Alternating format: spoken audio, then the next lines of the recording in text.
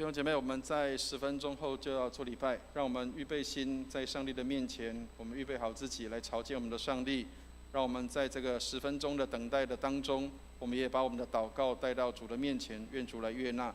我们一起来祷告，为今天早上的服事、侍奉，还有我们预备自己的心，还有所有的设备设施，我们的服事的同工都能够有很好的服事，还有很好的上帝的圣灵同在我们的当中。我们为着在今天早上的侍奉来献上祷告，我们一起来祷告。亲爱的天父，我们为今天早上的崇拜向你献上感恩，谢谢主，你乐意你的儿女来到圣殿中来敬拜你，所以我们以感谢为祭献给你。主啊，愿你恩待我们，也坚固我们的信心。为今天早上的崇拜向你献上祷告，施恩祝福我们早上能够在这里一同敬拜的时刻，也让我们在这里，我们无论所有的设备设施都能够顺利的运作跟完成，也为我们早上的讲员、司会、司琴、服事招待的同工，还有我们的各个执事、我们的小组长在这里的服事都能够蒙恩。愿你恩待我们今天早上在这里跟弟兄姐妹有美好的团契交通，与上帝有美好的来往。感谢主垂听我们的祷告，带领我们在你里面蒙恩。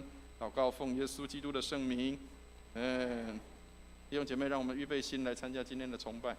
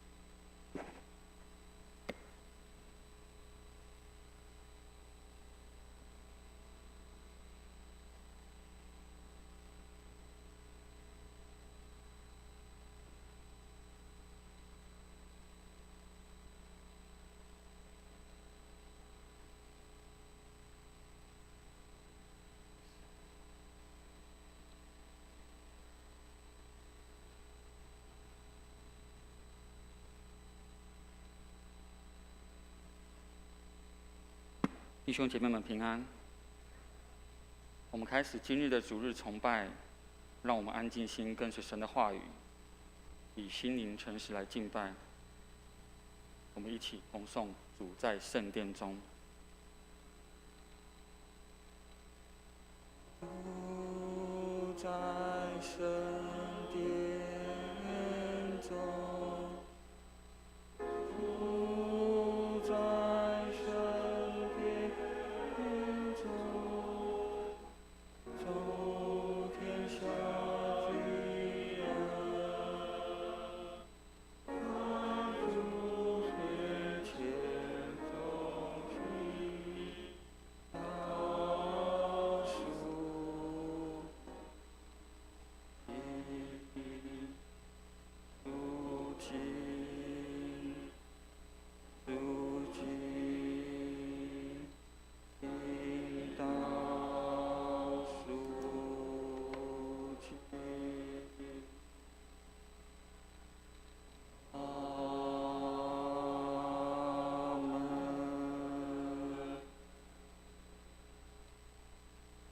请听上帝的话语。得赦免其过、责盖其罪的，这人便是有福。凡心里没有诡诈，耶和华不算为罪的，这人是有福的。让我们来祷告。全能的上帝，凡人的心在你面前无不显明，心里所羡慕的你都知道，心里所隐藏的也瞒不过你。求你赐圣灵感化我们，洁净我们的心思意念，使我们尽心爱你，恭敬归荣耀于你的圣名。我们承认在思想、言语、行为上常常得罪你，我们没有尽心爱你，也没有爱人如己。我们现在痛心懊悔，求你怜悯我们，饶恕我们的过往，扶助我们的现在，引导我们的将来。我们也为着病痛及需要的会友们祷告，求主怜悯他们，医治他们，安慰他们，与他们同在。也为着本堂奉献的同工们祷告，求圣灵赐同工们智慧、能力以及爱心来服侍神。也为着未受洗的慕道友来寻求真道，能认识主耶稣的救恩祷告。也祈求圣灵与我们今日的崇拜同在，愿荣耀归于你。以上是奉我主耶稣基督的圣名祷告，阿们。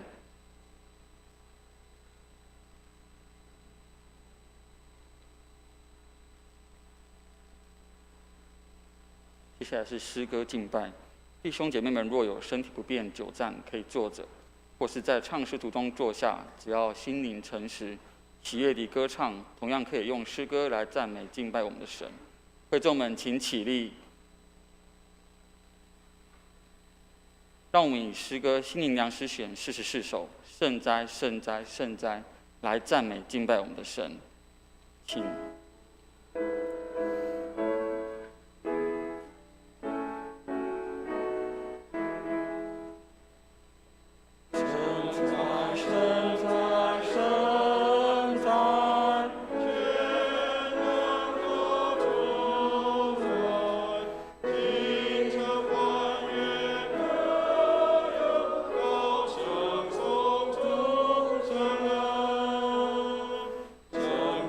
圣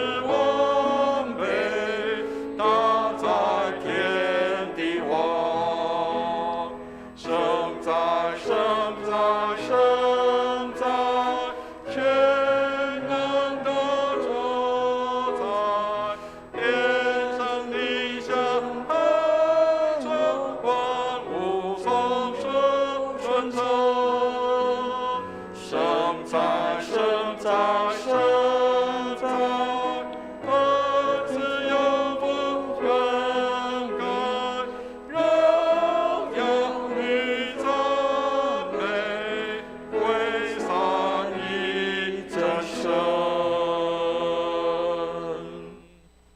我们依然站立，让我们以使徒信经来宣告我们的信仰。请。我信上帝，全能的父，创造天地的主。我信我主耶稣基督，上帝的独生子，因圣灵感孕，由童真女玛利亚所生，在本丢比拉多手下受难，被钉于十字架，受死，埋葬，降下阴间，第三天从死人中复活，升天。坐在全能父上帝的右边，将来必从那里降临，审判活人死人。我信圣灵，我信圣而公之教会，我信圣徒相通，我信罪得赦免，我信身体的复活，我信永生。阿们。荣耀颂。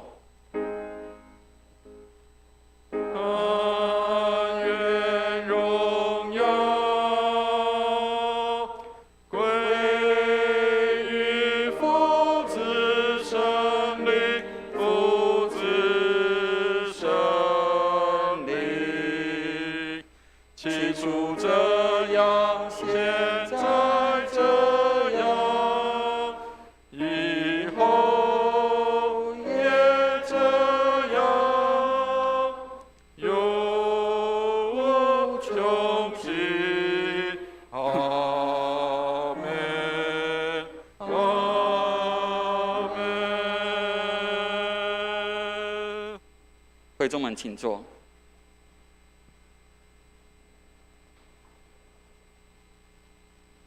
接下来，我们以起印的方式来读神的话语。今日的起印经文在诗篇91章1至6节，以及14至16节。诗篇91章1至6节，以及14至16节。由我来起诵读上半节，弟兄姐妹来应诵读下半节。最后一节，我们一起来读。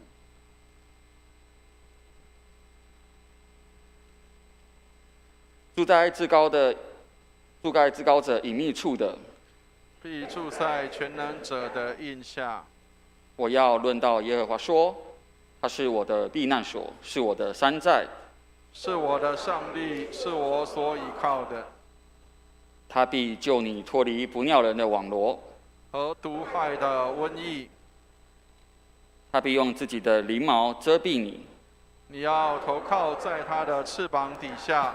他的诚实是大小的盾牌，你必不害怕黑夜的惊骇，或是白日飞的箭，也不怕黑夜行的瘟疫，或是午间灭人的毒病。上帝说：“因为他专心爱我，我就要搭救他；因为他知道我的名，我要把他安置在高处。他若求告我，我就应允他。他在急难中，我要与他同在，我要搭救他，使他尊贵。一起，我要使他足享长寿，将我的救恩显明给他。”让我们同心为以下的事项祷告。感谢主，让我们为南美洲国家巴西祷告。基督信仰能进入生活文化中，国家百姓能更认识基督信仰祷告。为我们台湾卫理公会北山教区教会祷告。桃园卫理堂金美景牧师为教会奉献充足，教会在当地更加得人，传道同工身心健康祷告。为台湾行政首长及各级长官祷告。求上帝赐予智慧、聪明，给执政掌权者，赐福台湾人民。为台湾儿童及青少年能受到完善的知识教育及美好的品格教育造就祷告。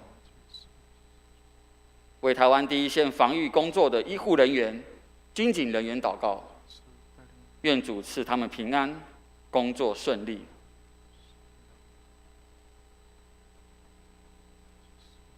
我们一起主祷文来同声祷告，请。我们在天上的父，愿人都尊你的名为圣，愿你的国降临，愿你的旨意行在地上，如同行在天上。我们日用的饮食，今日赐给我们，免我们的债，如同我们免了人的债，不叫我们遇见试探，拯救我们脱离凶恶。因为国度、权柄、荣耀，全是你的，直到永远。阿们。接下来，我们一起领受上帝的话语。我们请蔡尚如弟兄来诵读本周的经课。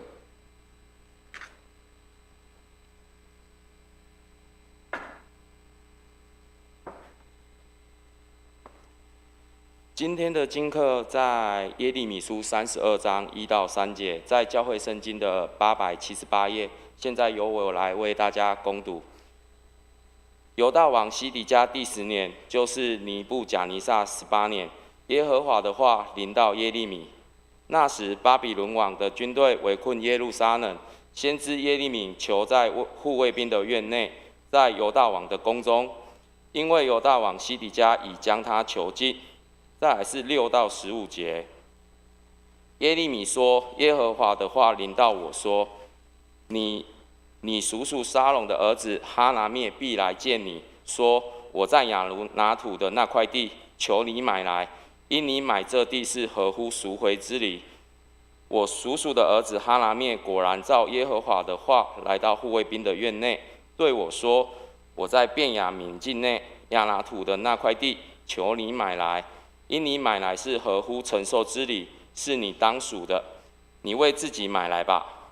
我耶利米就知道这是耶和华的话，我便向我叔叔的儿子哈拿灭买了亚拿土的那块地，平了17舍克勒银子给他。我在契上花押，将契封缄，又请见证人来，并用天平将银子平给他。我便将照例按规所立的买契，就是封缄的那一张和敞着的那一张，当着我叔叔的儿子哈拿灭和画押做见证的人，并坐在护卫兵院内的一切犹大人眼前，交给马西亚的孙子尼利亚的儿子巴路。当着他们众人眼前，我嘱咐巴路说：万军之耶和华以色列的神如此说，要将这封缄的和敞着的2张契放在瓦器里，可以存留多日。因为万军之耶和华以色列的神如此说，将来在这地必有人再买房屋、田地和葡萄园。再来是提摩太前书6章6到19节，在教会的圣经233页。然而敬虔加上知足的心，便是大利了。因为我们没有带什么到世上来，也不能带什么去，只要有衣有食，就当知足。但那些想要发财的人，就陷在迷惑，落在网罗和许多无知有害的私欲里，叫人沉在败坏和灭亡中。贪财是万恶之根，有人贪恋钱财，就被引诱离了真道，用许多愁苦把自己刺透了。但你这属神的人要逃避这些事，追求公义、敬虔、信心、爱心、忍耐、温柔。你要为真道打那美好的仗，持定永生。你为此被造，也在许多见证人面前已经做了那美好的见证。我在叫万物生活的神面前，并在向本多比拉多做过那美好见证的基督耶稣面前嘱咐你，要守这命令，毫不玷污，无可指责，直到我们的主耶稣基督显现。到了日期，那可称颂，唯有全能的万王之王、万主之主，就是那独一不死，住在人不能靠近的光里，是人未曾看见，也是不能看见的，要将他显明出来。但愿尊贵和永远的全能都归给他。阿们。你要嘱咐那些今世富足的人，不要自高，也不要依靠无定的钱财，只要依靠那厚赐百物给我们享受的神。又要嘱咐他们行善，在好事上富足，甘心施舍，愿意供给人，为自己积成美好的根基，预备将来，叫他们持定那真正的生命。以上是上帝的话语。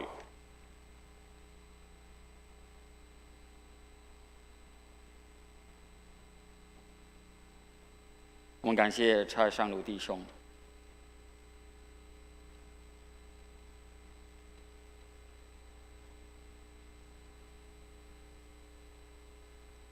今日的正道经文在约翰福音第2章1至11节。约翰福音第2章1至11节，教会圣经新约101页。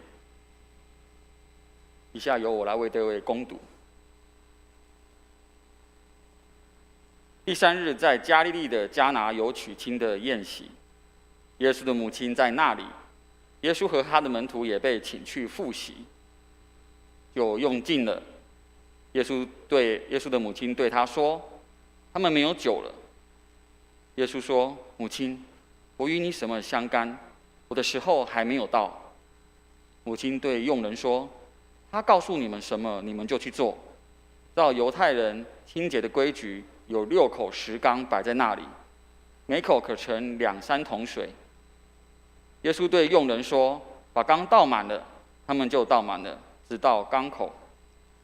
耶稣又说：“现在可以舀出来，送给管宴席的。”他们就送去了。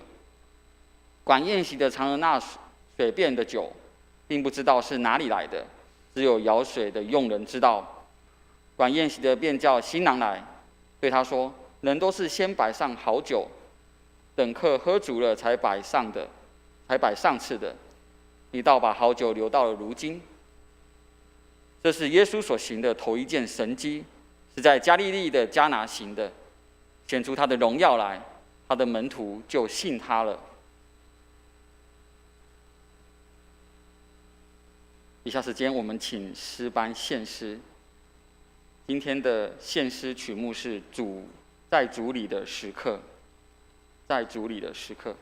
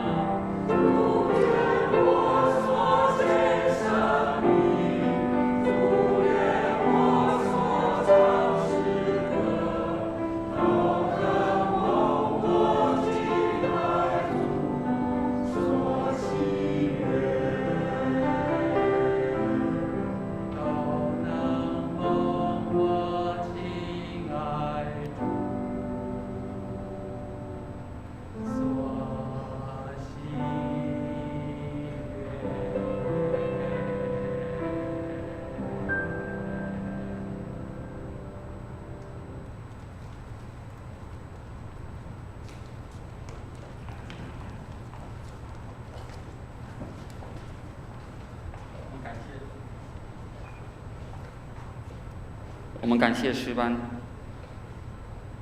正道。以下时间我们交给古克宗古牧师来为我们正道传讲神的话语。今日的正道主题为基督徒的人生大事。基督徒的人生大事，我们有请。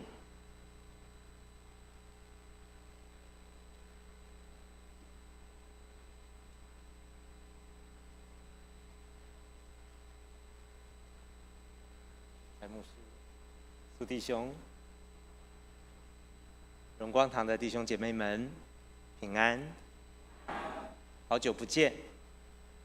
我现在在台北，在士林那边有一间巡礼会，我跟妻子一起在那边侍奉，很感谢主在这边有一些人我脸孔记得叫不出名字那但是在主耶稣里面。主耶稣都知道我们是谁，对吗？好，感谢主。今天要跟大家分享的题目是基督徒的人生大事。基督徒的人生大事，想到这个时候，你想到什么？今天我要从大家可能很熟悉的一段经文，就是变水为酒的经文我今天要用比较不一样的角度从约翰福音。约翰福音这本书当神圣灵感动使徒，就是第4本福音的作者，我们相信是使徒约翰。当圣灵感动他写下来的时候，他是有主题的。我希望从这个主题带大家来看这一段的经文。那题目是基督徒的人生大事。想到人生大事，你想到什么？可能你最近正在经历人生大事，有没有？当然我们想到哇，结婚是人生大事，生孩子也是嘛，对不对？我最记得我们那时候在美国我跟我太太5年都不孕，5年都不怀孕，我们也没有刻意避孕，那也没有为到没有孩子而心里面有什么感伤。就是这样子为主活着，侍奉主，开教会。就后来我太太怀孕了，突然怀孕了，神给我们一个印证，让我们知道我们下一个侍奉要怎么样前面往前走的时候，我们求印证，神就借着给我们怀了第一个孩子做印证。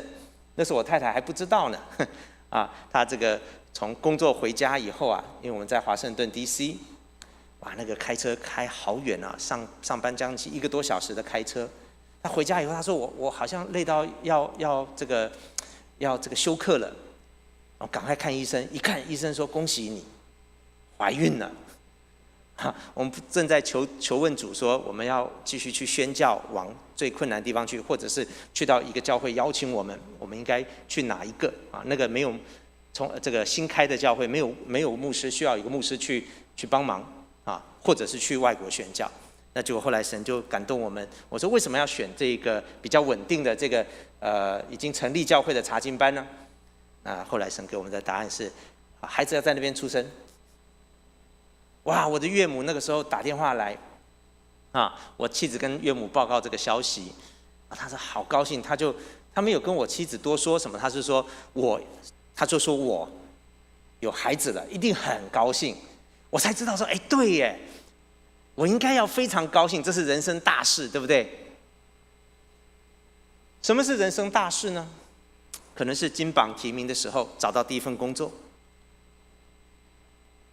可能是买第一个房子毕业啦，孩子毕业了，好的大学在外国的博士毕业，好的工作。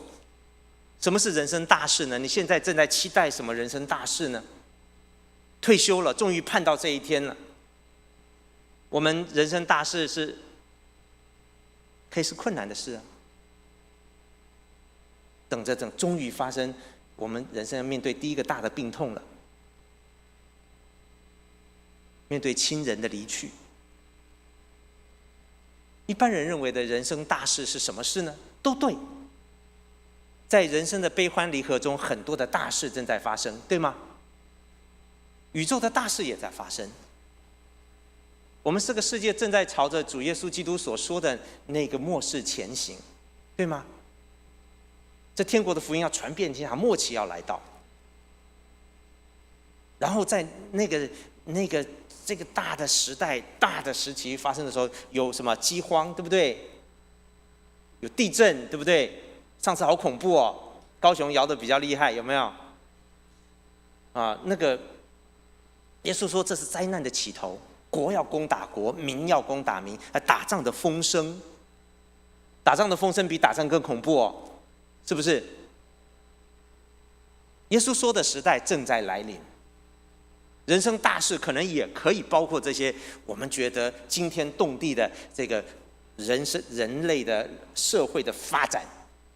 我们不希望再经历一个像2次世界大战那种的惨烈的我们的父执辈或者祖父辈经历过的事情。什么是人生大事呢？我们先来看一件小事，在一个非常小的地方，一个叫做迦拿的地方。我们到现在，学者说可能是哪里，可能是哪里，我们还没有办法确定，因为那个连大城市都不算，它是个小村落。在那个地方发生了一件我们连名字都不知道是谁的结婚的典礼，肯定不是耶稣的 ，OK？ 有一些人随便讲，绝对不是，耶稣是被邀请去参加的嘛，对不对？发生了一件事情。我们连他当时的饮料到底是什么样的纯度的酒，我们都不知道。但是发生了一件我称之为人生大事的事情。我们今天来看，到底什么是基督徒的人生大事？刚讲了这么多事情以后，你可能在一些这个高兴或担忧的漩涡中啊，请你出来，我们来看看基督徒的人生大事是什么。首先，我要讲一下这个神迹的背景，在约翰福音里面，在约翰福音第2章11节，我们刚刚读的经文最后，他说：“这是耶稣所行的头一件神迹，是在加利利的迦拿行的，显出他的荣耀来，他的门徒就信他了。”变水为酒这一个神迹，我们称为变水为酒神迹，在约翰福音称它做头一件神迹。头一件的这个头啊，它不是第一而已。头是这个起初那个字，创始的那个字。这个怎么讲呢？如果说头，可以说它的这个重要性吧。如果你孩子回家跟你说，一个小孩子平常不太爱读书的，回家跟你说：“妈妈，我今天考第1，高不高兴？高兴啊，对不对？你以为是重要性的第1，其实它是第一个交卷的，1张白卷交上去。无论怎么样，没错，它有一个重要的概念。他说这是个起始的，这是一个关键的，这是一个重要的一个神迹。这个神迹，它会给后面的一些事件跟神迹开头，它定掉这个事情。所以它成为头一件神迹，好不好？很重要的啊。那它的目的呢，是要显出耶稣基督的荣耀来。我们常常觉得这个话对我们很遥远。主啊，崇拜的时候，主啊，愿你荣耀显出来。然后呢，后面他加一句话，叫他的门徒就信他了。在约翰福音的结尾，他也是说类似的话，就可以信了，信耶稣。当耶稣把他的荣耀显出来的时候，不是说主你显你自己荣耀就好，我过我自己的日子。不，主啊，你显出你荣耀来，就是显出你是谁，我就可以信你。我已经相信你了，你越显出你的荣耀来，我就越相信你。有没有？当病得医治的时候，你经历这个事件的时候，你有没有更相信耶稣？有吗？神显出他的荣耀来，在极大的困难中，神给你一个平安，让你去面对那个困难，可不可能？如果病没有得医治，但是我得着极大的平安，有吗？我们的亲人在过世，在临终的时候，我们难过的要死，他高兴平安，呼喊：哇，真是荣美，奇妙不奇妙？就信他了，就信他了。因为我们每一个礼拜来看到他的荣耀，更加认识到神自我的彰显的时候，耶稣基督他是。约翰福音的神迹讲很多地上的事情，都是不小的事情，可是没有一件事情比起基督徒的人生大事大。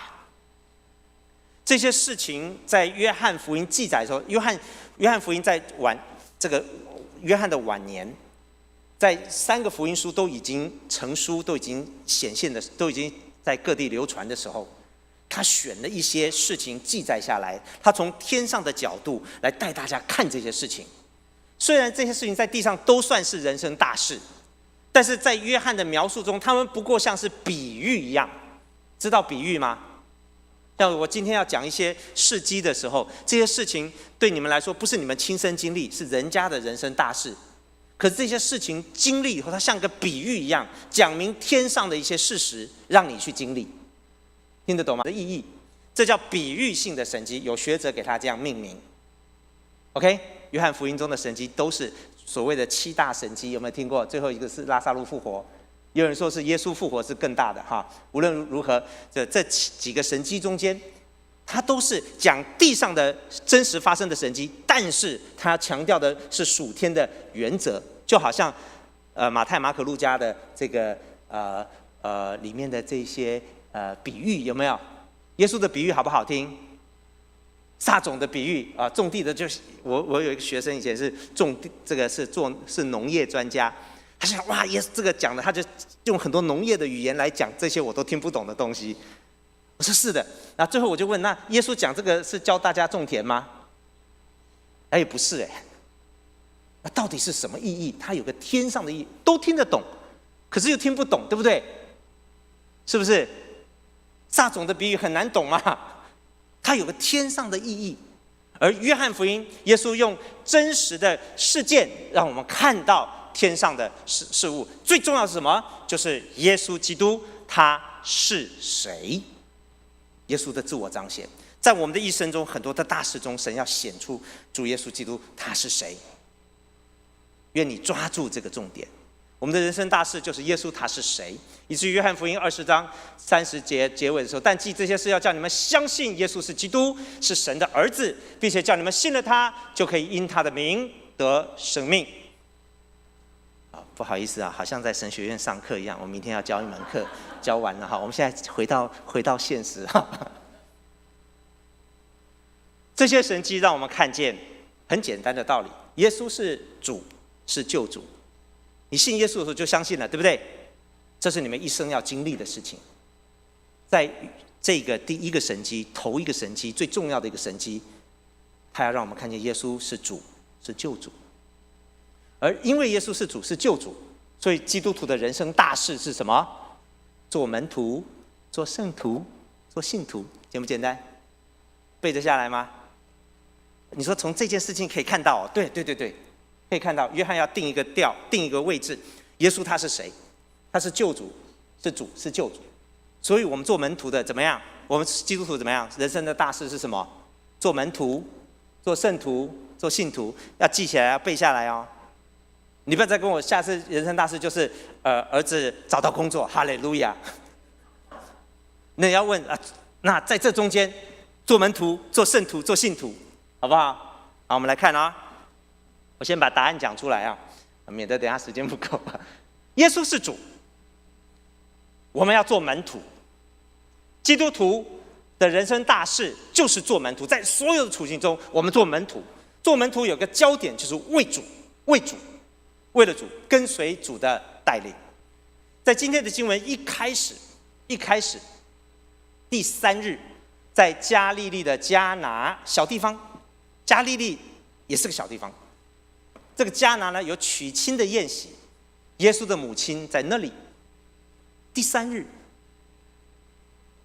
没头没脑，第1节就第3日，那前面2日是什么？啊，有没有研究过？第2章前面是什么？第1章嘛，对不对？那第1章发生什么？哦，原来你要看那个日期啊，它是从这个1到18节的这个简介之后啊，19节1章19节开始讲了一个人叫施洗约翰，来给耶稣做见证的，有没有？哇，他出来做见证，人家他先出来做侍奉，人家问他你是谁？你是不是这个？是不是那个？是不是说你是不是以利亚？是不是你是不是基督？是不是以利亚？是不是那个要来的先知？他说我都不是 ，OK， 不跟你们讲为什么不是了哈。然后呢，他就开始做见证如果那个要来的，我要给他做见证那个我给他提鞋都不配啊，记不记得？然后第二天次日，他就开始怎么样？他开始看到耶稣了，就指给他们说：“看哪，神的羔羊，有没有？出去世人罪孽的。”然后呢，这个接下来呢，就发生这个他2个门徒就跟着他去了 ，OK， 又是他2个门徒跟着他去了以后呢，那一天呢，圣经讲是申正了，现在第几天了？第3天了，有没有？再一天呢，接下来又次日呢，就腓利带着彼得、安德烈，对不对？然后拿但业说：“拿撒勒还能出什么好的吗？你来看，你来看，有没有？就到这里了，几天啊？”说古牧师，你算错了，4天而已啊。第1天施洗约翰，然后次日，再次日，又次日，4天嘛？不，这个第3天呢，那个时候已经申正了。申正是几点？子丑寅卯辰巳午未申。子丑寅卯辰巳午未申，有戌亥，对不对？第9是什么？6点钟，申正下午6点。下午6点对犹太人来说，太阳下山了，是另外一天。所以这样算起来已经5天了。然后到了第3日的时候，古牧师，你说你还在教神学啊？不是，请忍耐我一下。这第3天，5天后面的第3天是什么？第7天。约翰在这个地方想要呈现一件事情，我认为是这样。我在神学院的时候跟老师讨论或者争辩这个事情，老师第一次讲我听得不高兴的，听不懂。约翰哪有那么麻烦？真的，约翰好复杂，你要多读。约翰福音写下来，他是要让读者读了很多遍以后才会明白，因为他哲理非常深，他多让你多想的。第3天，认真的人会算他是第7天，好像创造的时候神安息了，给了我们安息，有没有？第7天歇了，一切都完美，歇了他的功。约翰福音安息在约翰福音里面是一个重点。时间，刚刚我们诗班唱的，在他的手中，不是吗？他是掌管时间的主。这一天一天，我们的主做事很有规律的，他知道他哪一天要发生什么事的，对不对？终于来到了第7天，预表神的功已经完美，一切东西按照神的旨意在运作中间。这个时刻，主带着他的门徒去，在这么小的一件事情中，我常常读到我就问：彼得、约翰、雅各他们没有家吗？耶稣的母亲的朋友结婚，耶稣也去了，耶稣也带着门徒去干什么？他们吃不饱蹭吃蹭喝啊？不可能！耶稣带着他的门徒去，有事情要发生了。在这么小一个地方，人家的人生大事中间，耶稣掌管了那个时间，他也掌管这个事件。这个事件叫婚礼、婚宴，就是神在创世的时候创造的第一个人生的人跟人的关系中的一个焦点。在神跟人的关系中间以下，产生了人跟人的关系。第一个人跟人的关系是谁？亚当跟夏娃啊，你们都神学家，很好啊。亚当跟夏娃代表人间的一切的关系，一切的事物是以谁为本的？以创造者为本，对不对？所以在约翰福音的一开始，太初有道这一个一开始，他的第一个耶稣要行的事迹，第一个开头做样本的这个关键的事迹，他选择在一个婚礼中，就在人的第一个关键的所有关系的焦点基础上面，他开始他的事情，代表他是有主权的，在时间的掌管上他有主权，对吗？你的生老病死，时间在他的时间称为美好，阿们。而一切的事物是按照他的创造称为美好，对吗？婚姻要按照他的原则、他的设计。你说为什么不可以是怎么样？上帝造的时候就是这样，我们只有这个回答，因为我敬拜我的主。门徒基督徒的人生大事，是在一个罪恶的世界中，一个就是乱掉的世界中，仍然跟随耶稣，在他的时间，按照他的原则，把人生献给他，做门徒，为他而活。阿们。他掌管事情的发生。这个婚礼出了状况，就像我们人生每一件大事都有出状况，有没有？我还记得我结婚那一天，我太太终于娶到我太太，真高兴。那个你们大概不知道我的挣扎哈，我追她追了3年多，而且不是用追的，是用等的，随时可以被人家这个抢走。3年多，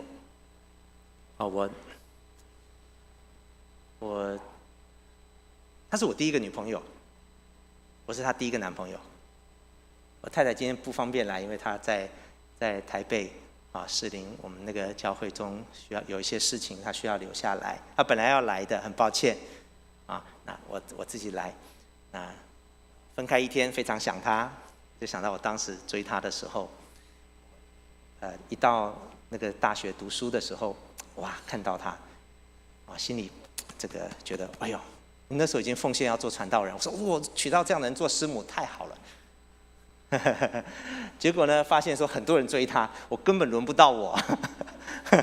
我那时候是大学生追她的都已经很多功成名就的人但是她从来不把自己给任何人，她不跟任何人交，她看神的带领。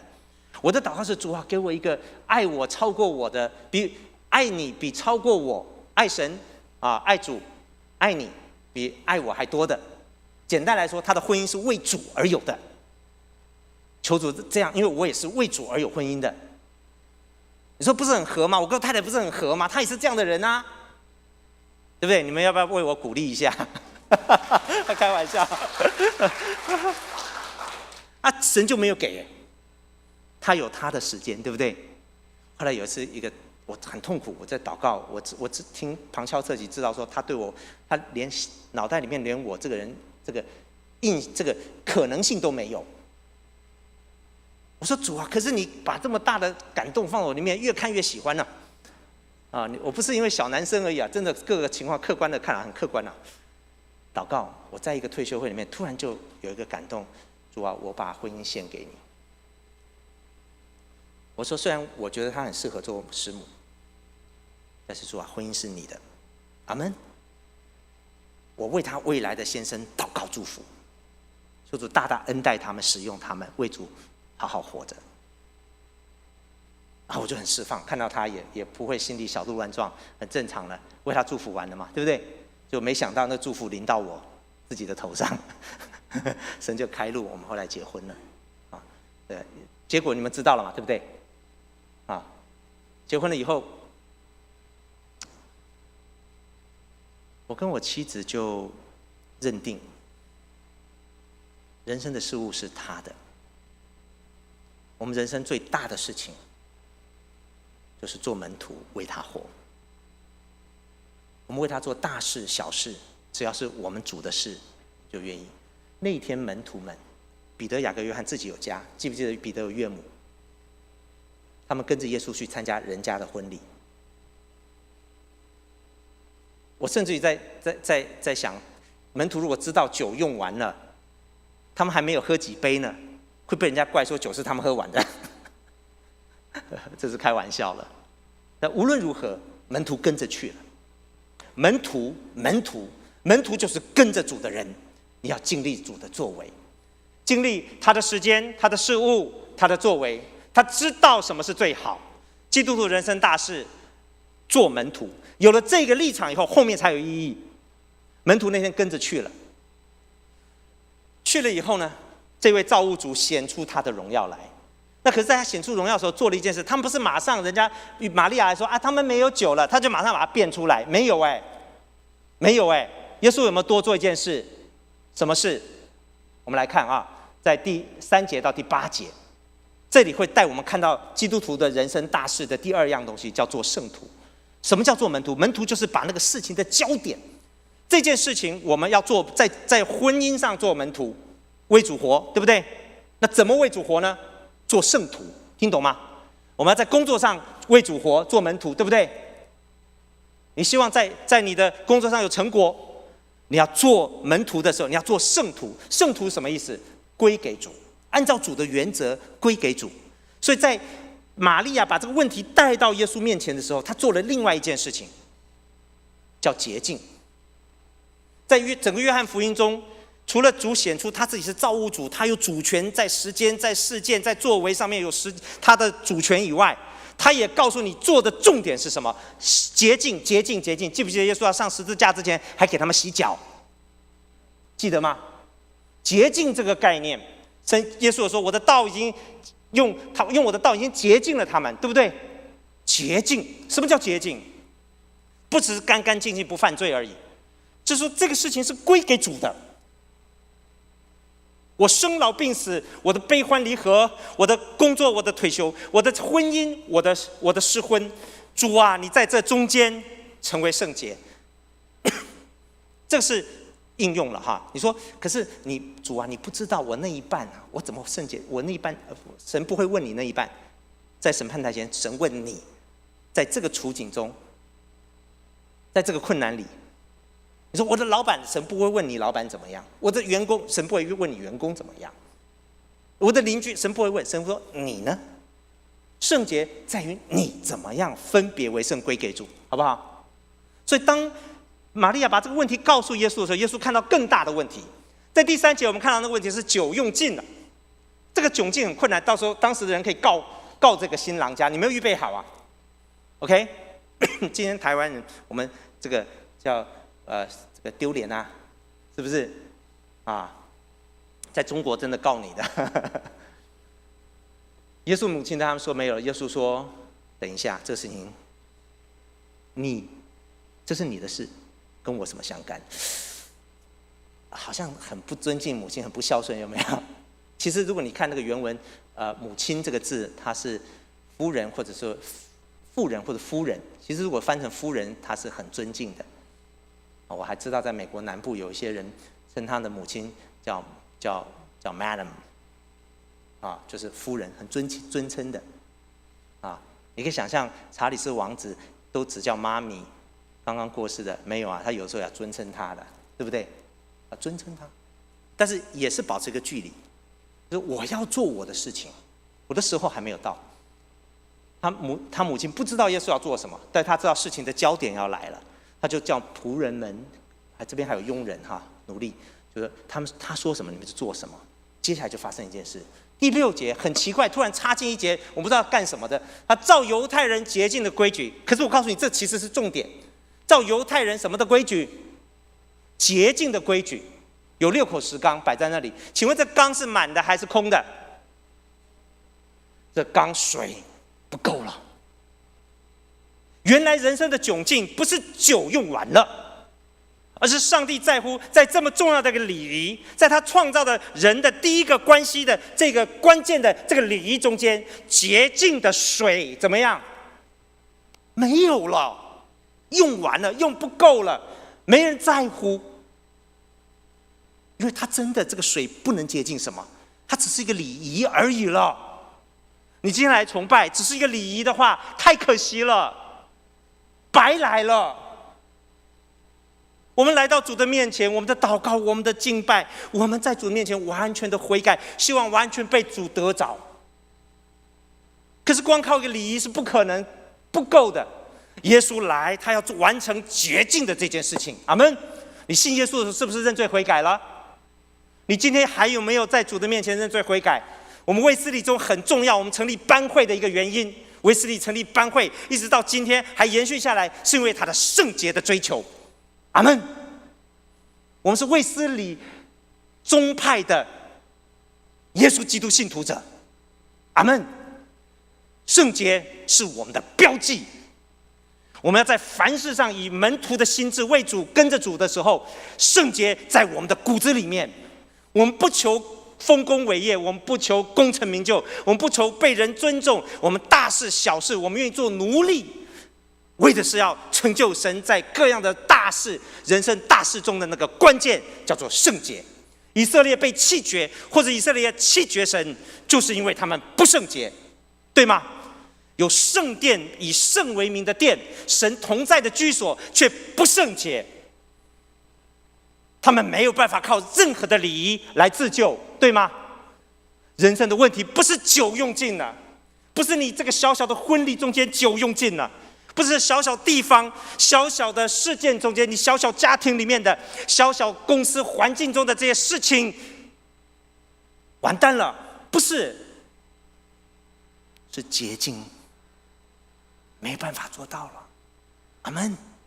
这是个充满罪恶的时代，耶稣死在十字架上，是因为这是一个罪恶的时代，需要被救赎、被买回来、被洗干净，完全分别为圣，归给主。阿们。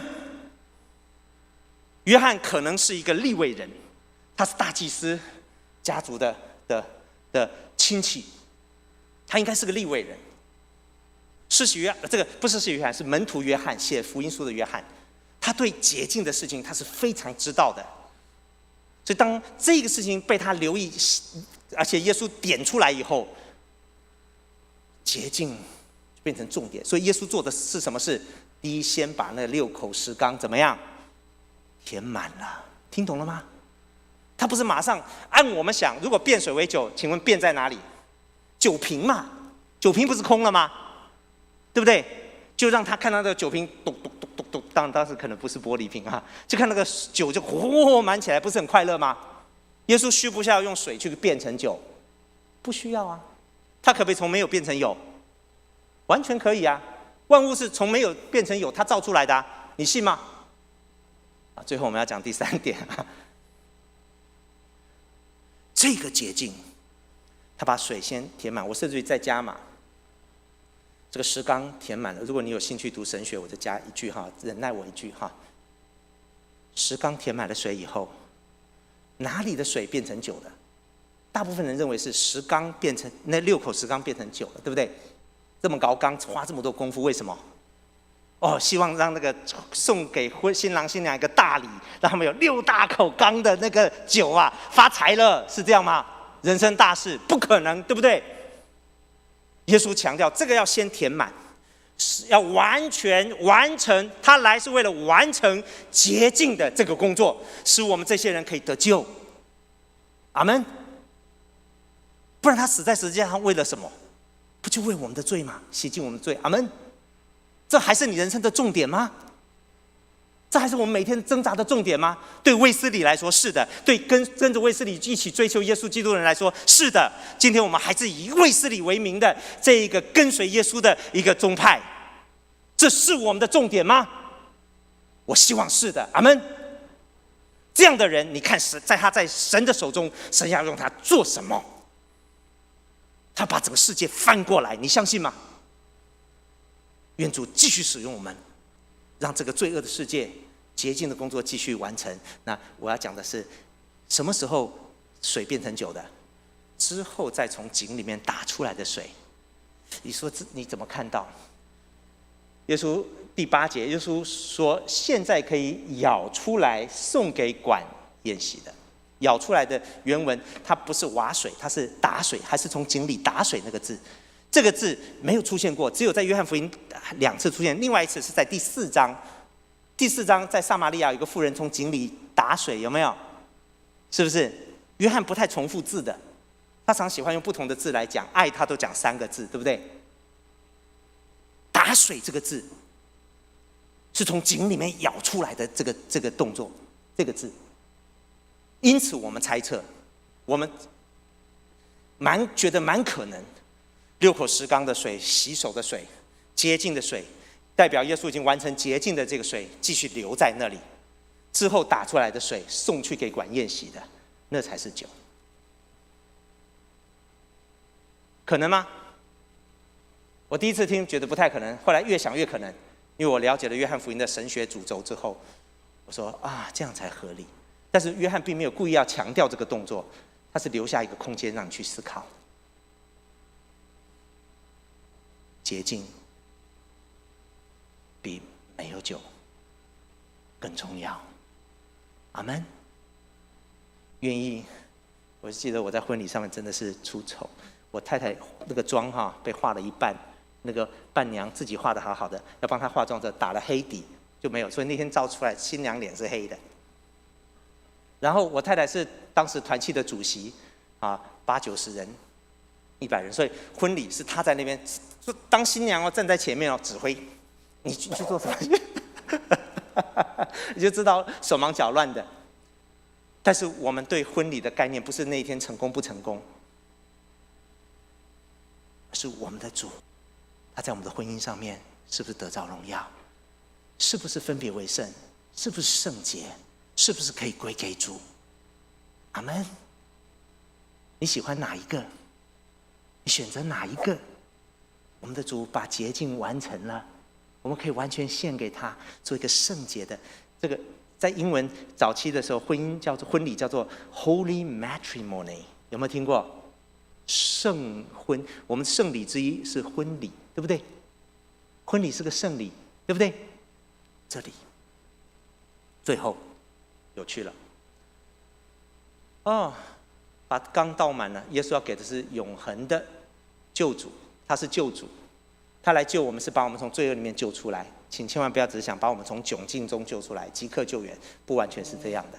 他给我们永恒，给我们救援一些即刻救援有的，但他最重要的是将我们从罪恶里救出来。你还信这话吗？你传的福音还是这个福音吗？还是来信耶稣，信耶稣得水牛？有听过这个故事吗？永生少一点，永生的生少一画一横，就变水牛了嘛，对不对？所以农夫都来了。结果后来听了没有水牛，是永生，多一点多一画他不要了。你要什么？我们传的还是那个永恒被主洁净的罪人得救的福音吗？你说这样有谁信？我告诉你，有人信。圣灵会感动人，真的有人信。你放胆照着耶稣所传的传。约翰福音我们看到有一些人信了，可是越来越多人不信。在这个地方就已经让我们看到2个阵营。在第9节开始，很有意思的，请问这一件事件的既得利益者是谁？刚讲了，我们连名字都不知道的新郎新娘，对不对？还有谁？管宴席的，对不对？他们知不知道发生什么事？约翰福音没有停在这里，他接着记载了这些人信徒跟不是信徒在这一件事情中观点看到东西完全不同，经历同一件事哦，甚至于是旁观者得的利益比既得利益的这一对当事人更大，有没有发现？他没有停在这。第9节说，管宴席的尝了那水变的酒，并不知道是哪里来的，只有舀水的佣人知道，佣人说不上话呀。然后管宴席就把新郎叫来给他钉下去哈。人都是摆上好酒，等客喝足了才摆上次的，你只要把好酒留到什么？如今结束在这里，然后最后才说他显出他荣耀来。请问你，完结篇是什么？你看电视剧的时候，你看连续剧的时候，你看到这个连续剧你会骂的，我们的这些酸民会酸翻了。为什么？当事人不知道怎样，不知道发生什么事，对不对？不傻傻，对吗？你在人生中是不是不傻傻的人？可能你经历了神迹，可是你没有看到焦点，有没有这个可能？我们可能为事情的结果非常欢喜，可是其实我们根本只是一个旁观者。你说我是当事人啊？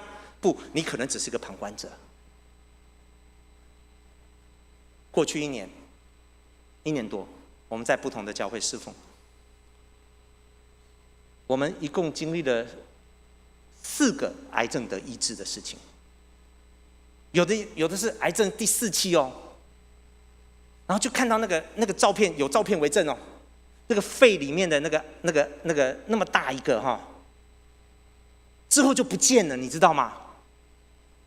照了以后没有一个洞，脑袋里面那个瘤那个肿瘤恶性的压迫他，突然就好了，也是照片、照相、照 X 光不见了，照那个 MRI 就不见了，这个你没办法否认的，对不对？当事人乐呵呵，他说我就乖乖吃药就好了。事实上，一开始吃药大家都瞒着他，医生说这个药吃的是吃心安的啦。一滴剂下去，感觉很有效，它后面就没有了，就不会有用，恶化很快，过不了几个礼拜，到现在还活得好好的。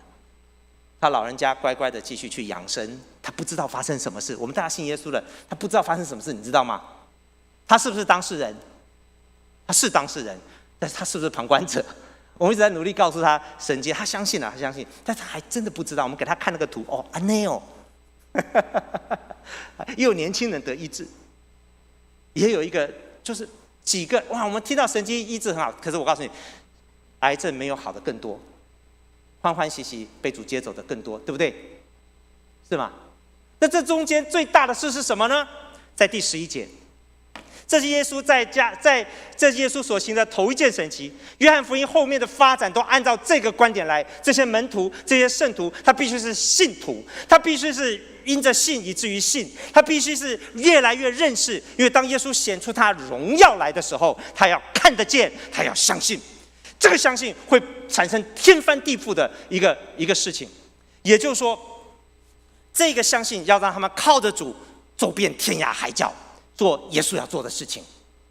你是信耶稣的人吗？你是信徒吗？你不要跟我说信徒就是坐在那里相信翘着腿上天堂的人，不。今天早上我经过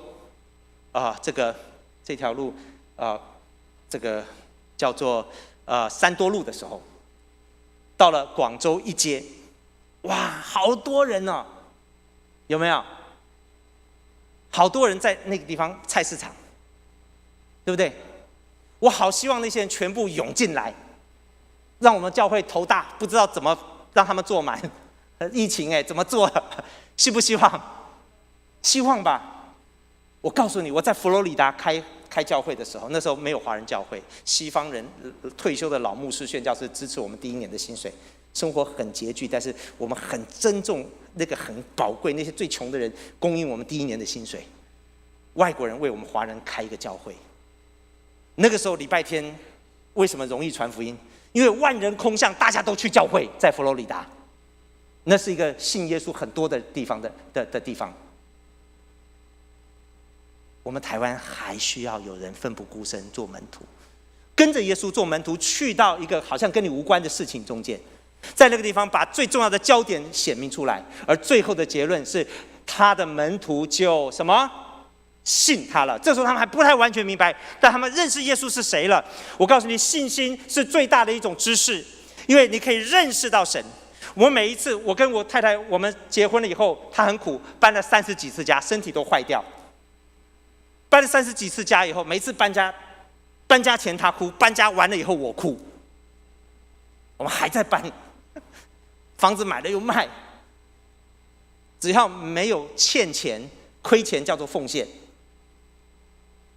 有人问我，你怎么知道当年你要把你孩子带回台湾，你的孩子可以还 OK？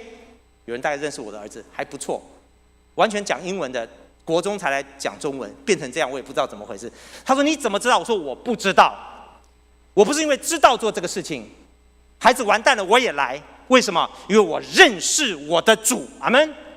耶稣显出他的荣耀来，酒用尽了不是我的问题，没有洁净才是人类最大的问题。分别为圣归给主，利未记除罪，分别为圣归给主，这2个循环，在耶稣基督这位大祭司这一位祭物的本身完成了。他死在十字架上，把这完美的圣洁给了我们。信徒啊，你要认识他，不是因为你知道事情的结局，而是你认识他。听得懂这2个知道吗？因为我知道他，我不知道为什么，我只知道他。他说什么，我相信。愿他的荣耀在我人生的每一个环节中彰显出来。如果有这样的人，广州街那些人迟早要进来，就隔2条街而已。有这样的人吗？愿我们的国家产生很多这样的青年，很多这样的中年，而这些人需要榜样，从谁看见呢？从我们开始。愿你家里的孩子，愿你家里的后代，愿你隔壁的邻居，每一天都看到基督徒你人生身上发生的人生大事是什么？做门徒跟随主，做圣徒归给主，可以归给主。你的婚姻在台前，在审判台前可以归给主，主说好，这是归我的。是信他，认识他，让人认识他。阿们。愿主恩待我们荣光堂，不知道下次还没有见面的机会，如果有，愿意再多几个人从那边走进来。阿们。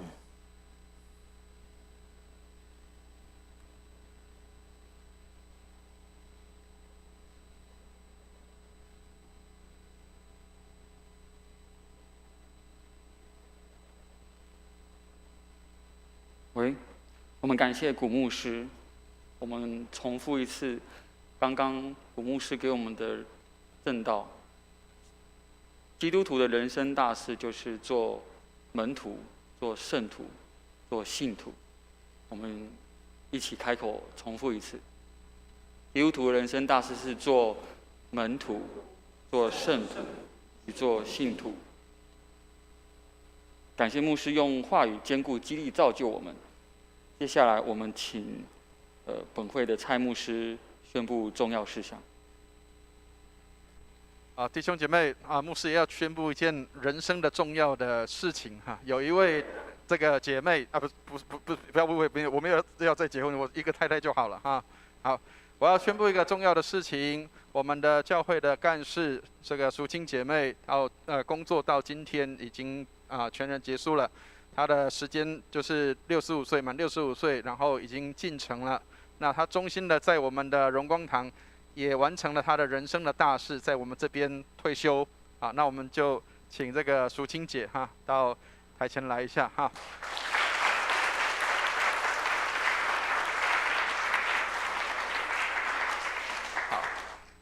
各位千万不要以为你每天看到这么干净的会堂，然后有窗户、有窗明几净，然后有很多的设备设施都很完善的呈现在这里，好像是很自然发展的，不是？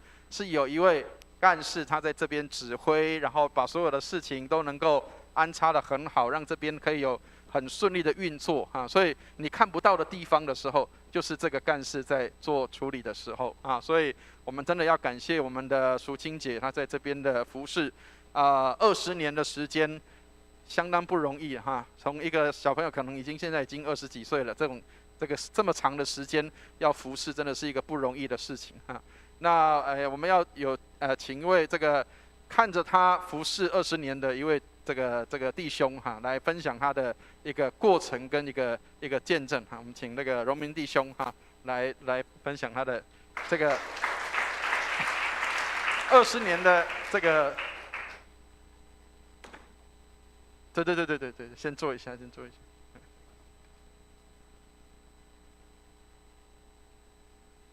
弟兄姐妹，大家平安。这是一个非常美好的日子。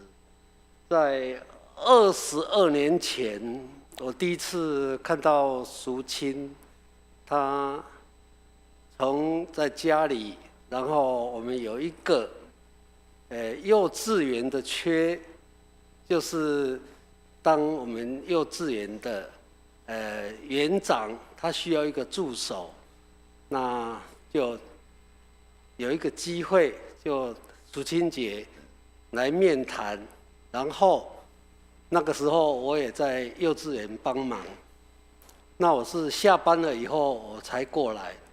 那园长就跟淑清姐说：“你明天可以来上班。”她说：“我家里还有很多事情我要处理，下个月好不好？”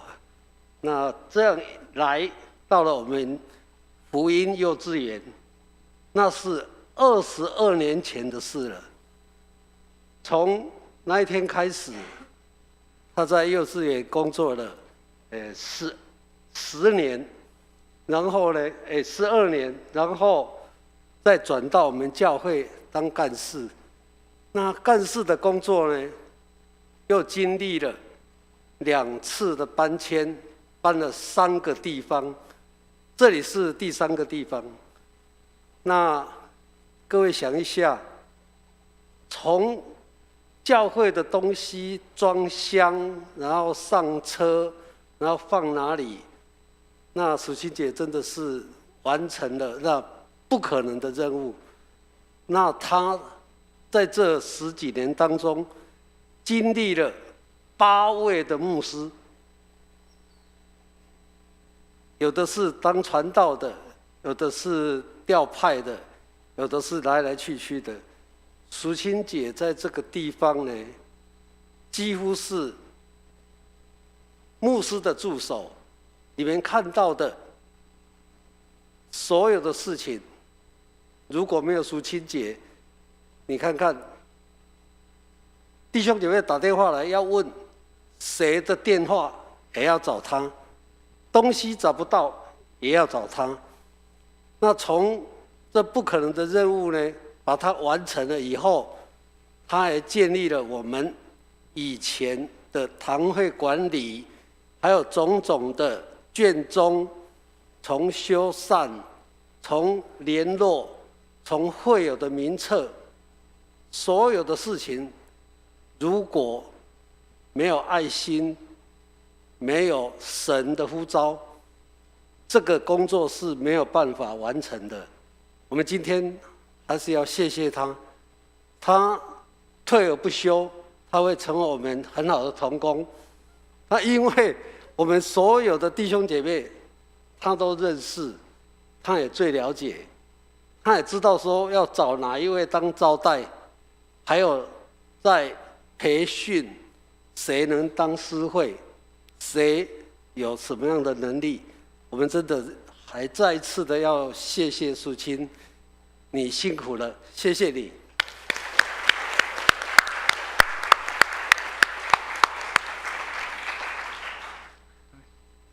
好，所以各位，我们知道一定要有一些人，他们愿意摆上，我们才能够享受现在的很好的服事，还有被服事的这样的一个恩典啊。所以千万不要小看在这里的每一个小事，在这里的每一个小事一定有人做，而且那个人可能是你不知道，然后你也没有注意到、没有察觉到的人，那些人都是上帝所差派的仆人使女，埋身在这个地方服侍的。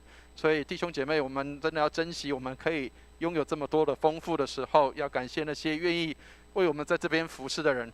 那刚刚也讲了，就是虽然淑清姐的这个干事的工作是到任到齐了，但是她未来的前面的道路还有要往前走的时候，还有要有一些的服事跟大家一起参与，所以她不是叫做退休了，她是退而不休哈，还有继续有一些工作要服事的。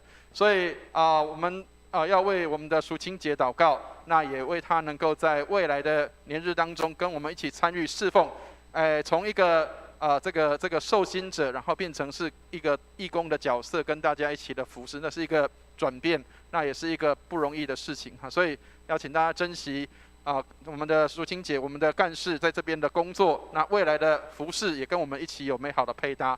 好，那我们就请大家，我们来为淑清姐祷告哈，请淑清姐来到中间，我们为淑清姐祷告。弟兄姐妹，我们一起举起手来，我们为淑清姐祝福祷告，让她在这一年当中，她能够享受她在工作当中的结束的喜乐。我们也为她祷告，未来的年日仍然有她跟我们一起往前行。我们一起来为淑清姐祷告，我们一起来祷告。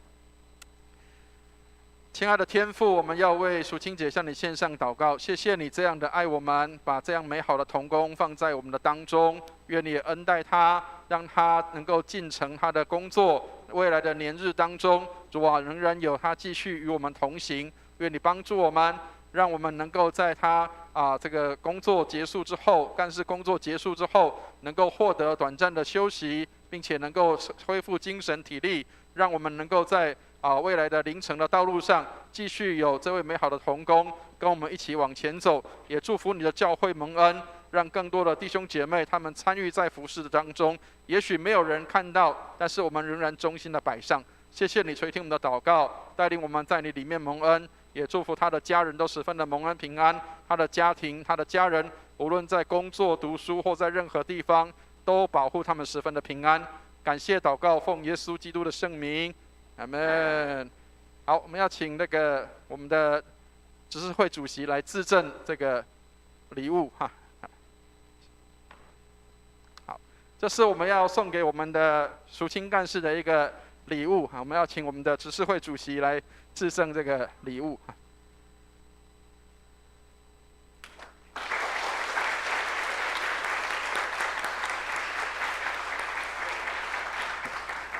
是，好，谢谢。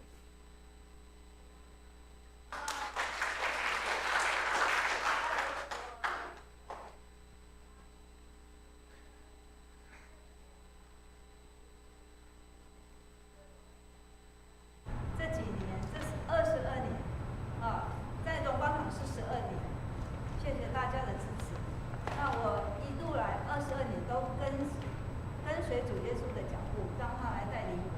虽然有痛苦，虽然有辛苦，可是爱是越来越多，我也是越来越喜乐。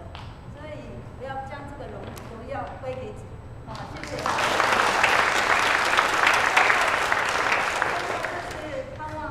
主的爱、主的恩典加倍在我们鹦鹉身上，让他在服事上也更加有力、得力，恩典恩上加恩，力上加力。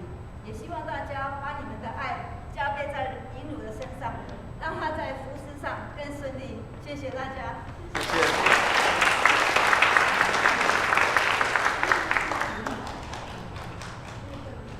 平安。不过大家也不用担心，因为我们还可以在地上看到赎清姐很久的时间，她还是我们非常好的会众。接下来我们来读金句，我们一同来看投影片或周报。我们同声诵读本周金句2遍，请。这是耶稣所行的头一件神迹，是在加利利的迦拿行行的，显出他的荣耀来。他的门徒就信他了。约翰福音第2章11节在此。这是耶稣所行的头一件神迹，是在加利利的迦拿行的，显出他的荣耀来。他的门徒就信他了。约翰福音第2章11节。接下来，我们以诗歌来回应神的爱。会众们，请起立。我们以心灵良诗选336首，愿主吸我引我，来回应神对我们的爱。我们一起来唱诗歌。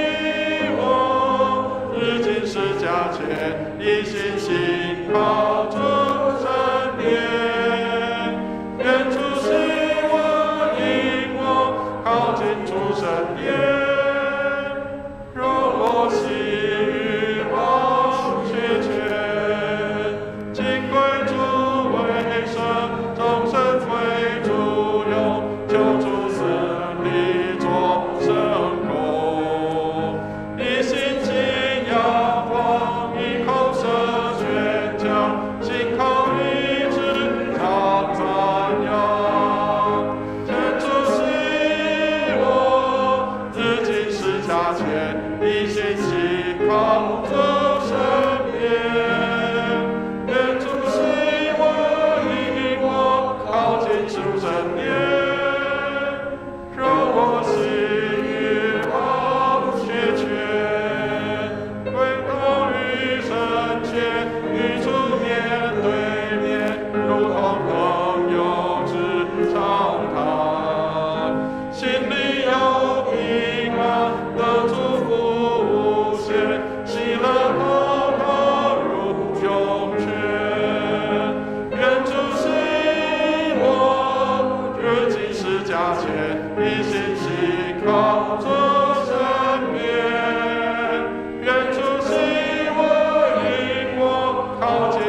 身边，让我幸运保血泉，何其芬厚爱，何其光慈怀，姐姐主恩显出来，何等快乐在有生命同在，纯情与美等出来，愿主喜我日行释迦前，一心信靠主身边，愿主喜我引我靠近主身边，让我喜与保血泉。我们应然站立，让我们预备心，恭敬以金钱奉献，表达对上帝的感恩。若是第一次到教会还未预备，不了解奉献的意义，请安静的让奉献袋经过你身旁。我们请施信的同工至台前，我们一同祷告。亲爱的天父，我们由心感谢你，因为我们所用的一切都是从你而来，我们的生命、工作、家庭、生活都依赖你的恩典所赐。也求你赐给教会智慧，去应用金钱在教会的事工上，让福音能够遍地兴旺。你配得赞美及感谢。我们现在预备一点金钱，甘心乐意地献上，愿你悦纳。以上是奉主耶稣基督的名祷告。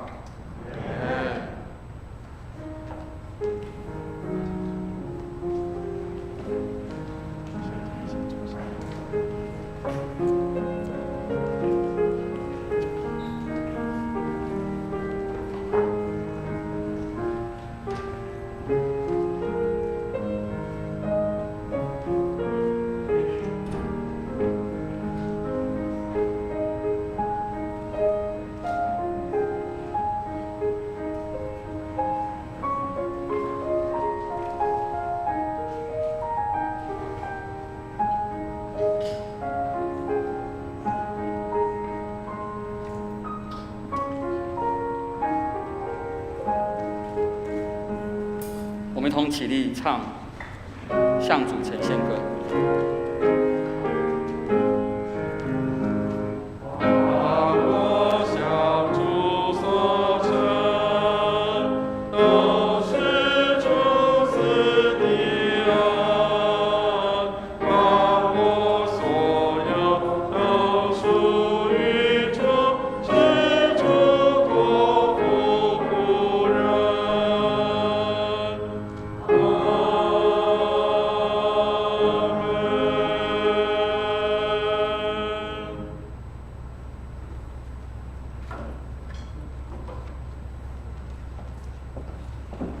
会众们请坐。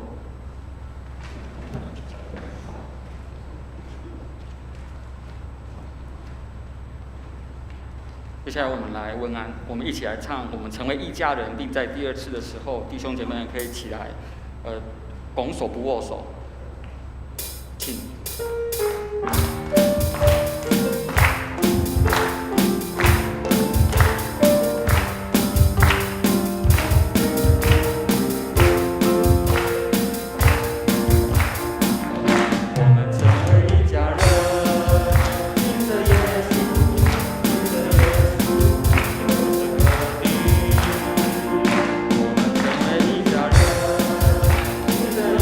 我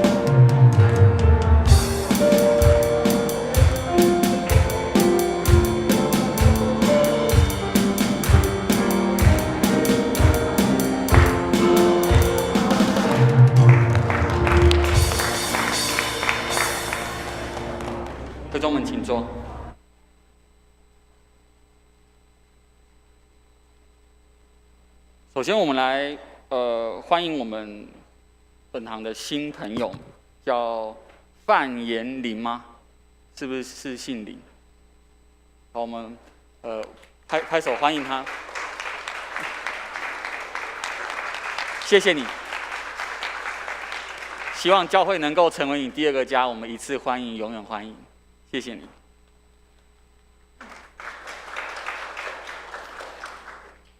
好，我们接下来关心教会事工，请看周报及教会消息及代祷事项，也请下周的侍奉人员能够预备新服事。本日为圣灵降临的第16主日，我们首先感谢古克中牧师前来证道，并且为牧师在台北的北部的牧会祷告。在9月25至27日呢，我们的蔡伟文牧师将至澎湖休假3天，请为牧者的晚访平安祷告。下周的主日是属于主日圣餐，请弟兄姐妹们预备心，并且在会后的12点40分将召开执事会，地点在5楼的餐厅。成人主日的本学期于主日后开始上课，请注意上课地点。基要真理是在5楼的餐厅，但是本周是暂停的。小先知书是在201教室，新约导论是在5楼的餐厅，诗歌赏析是在1楼的副堂。主日会后的中午12点45分，葡萄小组的聚会将邀请德生长老教会陈洪恩传道讲家庭祭坛的讲座，欢迎弟兄姐妹们来聆听参加，在1楼的副堂。在10月1号的下礼拜的6点早上10点呢，有教会的志富艺人义工培训，有意愿参与教会及志富艺人义工的服事的人，可以向荣民弟兄报名。志富艺人学院将于10月3号，也就是礼拜1正式上课，还没有报名的可以尽速报名。南部教区将于10月22号下午1点30分，在高雄卫理堂举办培灵布道会，讲员是新任的卫理神学院院长魏连玉，讲的内容是有关于基督徒的生死学以及基督徒的终末论，欢迎免费报名，跟办公室报名。还有就是我们欢迎新的干事李银如姐妹于9月1号上任，我们拍手欢迎她。我们也感谢淑清的长久奉献，希望教会的干事事工交接能够顺利。还有我们布道部门以及会友的录制的灵修影片将在近期内上线，会众们可以为录播的过程祷告以及参与。下一季的10至12月崇拜人员的服事表已经正式PO到各群组了，请同工们务必确认自己的服事时间，如有更动可以跟办公室修改。我们蔡牧师礼拜3晚上7点已经开了新旧约的圣经总览课程，该课程是属于红本门徒的预备课程，欢迎连结至荣光堂线上收听。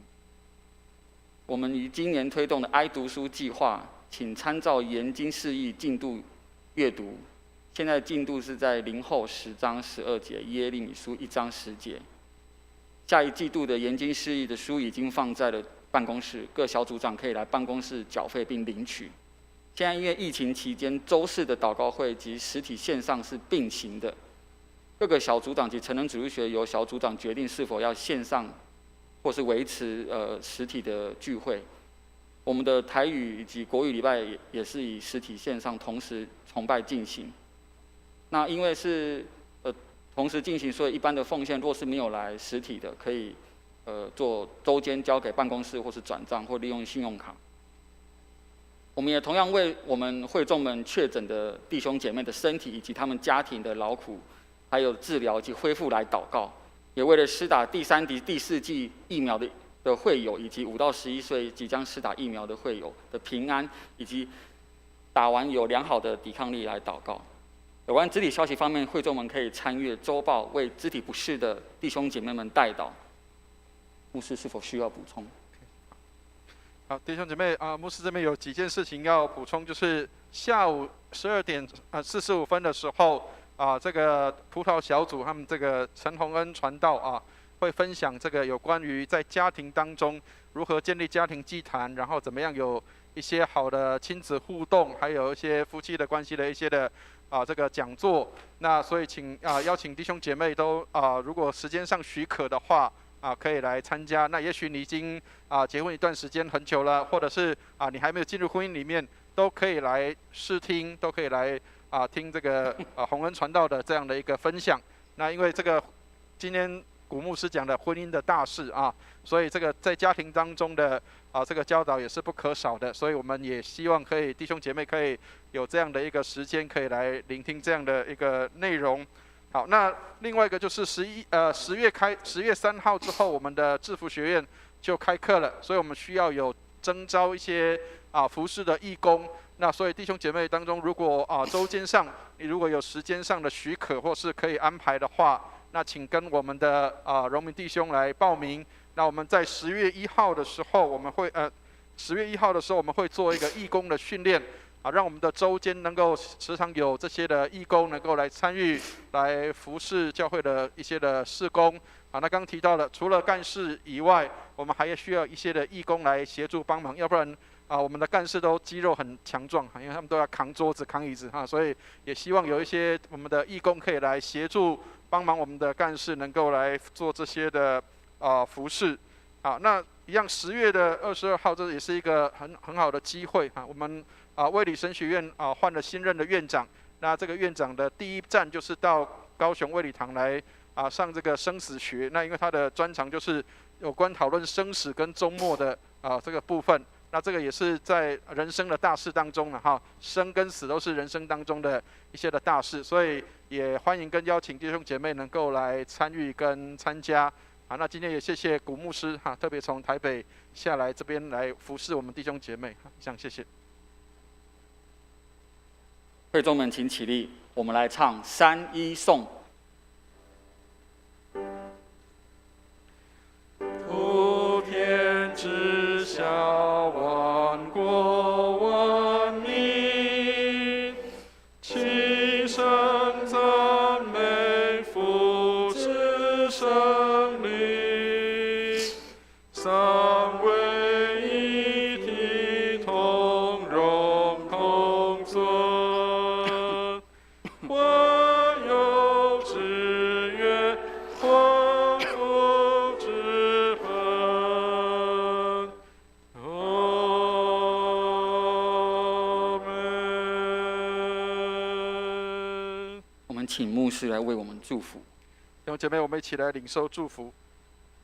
慈悲怜悯的天父，愿你恩待我们，让我们能够成为基督的门徒，能够成为圣徒，能够成为信徒，也带领我们一生的道路，让我们以你的话为我们生命当中的准则。愿你恩待我们，圣灵充满我们，让我们行事为人都按照主的话语而行。愿我主耶稣基督的恩惠、天父上帝的慈爱、圣灵的感动与交通，常与我们众人同在，从今时直到永永远远。阿们。阿们颂。阿门，阿门，阿门。